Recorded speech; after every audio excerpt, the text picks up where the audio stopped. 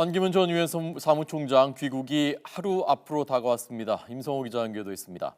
오늘 반 총장 측 대변인이 처음으로 언론 기관들하고 직접 만났다면서요? 네, 그렇습니다. 반 전 총장 측 이도훈 대변인이 오늘 오전에 언론과 처음으로 만났습니다. 이 대변인은 이 자리에서 내일 귀국하는 반 전 총장의 향후 행보에 대해서 간단히 소개했습니다. 반 전 총장이 앞으로 전국을 돌면서 민심을 청취하고 또 국가와 사회 통합을 위한 방안을 고민할 것이라고 설명했습니다. 이를 위해서 의전을 최소화하고 단출하게 국민과 만나겠다고 밝혔는데요. 내일 오후 인천국제공항을 통해 귀국하는 반 전 총장은 모레부터 공식 행보를 시작할 예정입니다. 이에 맞서서 야권의 유력 대선 주자인 문재인 민주당 전 대표는 오늘 충남 천안과 충북 충주를 잇따라 방문하며 충청 민심을 청취하고 있습니다. 또 연일 세종시 행정수도론을 강조한 안희정 충남지사는 잠시 후 서울에서 외신 기자들과 만나 자신의 안보 외교 구상을 밝힐 예정입니다. 이와 함께 다른 대선 주자들의 문재인 견제도 이어졌습니다. 광주를 찾은 박원순 서울시장은 문재인 전 대표가 호남 분열과 당의 패권적 운영의 책임을 피할 수 없다며 자신을 지지해달라고 호소했습니다. 또 오전에 개헌파 국회의원들이 여는 토론회에 참석한 김부겸 의원도 당내 친문 진영을 비판하며 민주당이 개헌을 당론으로 정하고 야3당의 연정을 추진해야 한다고 강조했습니다.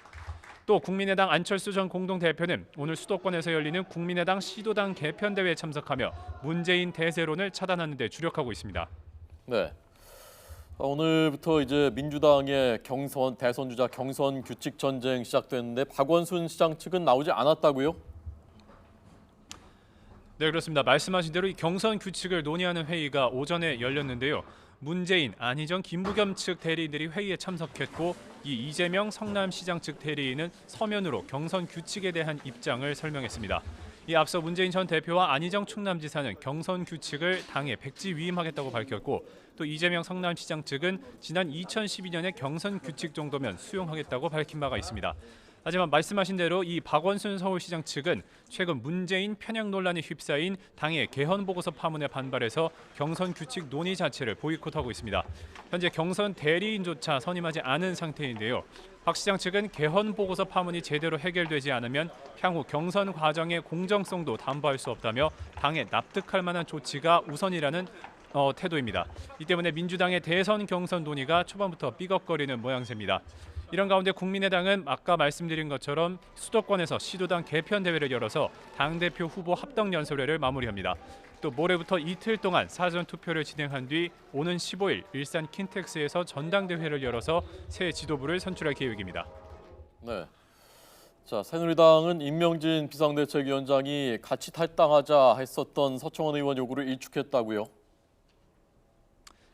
네, 그렇습니다. 인 위원장이 오늘 새누리당 대토론회에서 이같이 밝혔습니다. 인 위원장은 자신이 서청원 의원과 동반 탈당해야고 한다는 의원 일부가 요구했지만 받아들일 수 없다고 일축했습니다. 그러면서 친박 핵심 인사들이 기득권을 지키려 개혁에 저항한다고 비판하면서 친박 핵심들의 자진 탈당을 거듭 촉구했습니다. 임 위원장은 이와 함께 내일 귀국하는 반 전 총장에게도 새누리당이 매달리지 않겠다고 선을 그었습니다. 임 위원장은 또 반 전 총장을 따라 나가려는 의원들이 새누리당에 있다며 친박과 비박으로 갈려서 당이 망하고도 또 사람을 따라 다니려느냐고 비판했습니다. 하지만 바른정당 소속 남경필 경기지사는 반기문 전 유엔 사무총장과 경쟁할 수밖에 없는 구조라며 멋지게 승부를 겨루어서 승자가 결승에 진출하는 과정이 반드시 필요하다고 강조했습니다. 지금까지 국회에서 YTN 임성호입니다.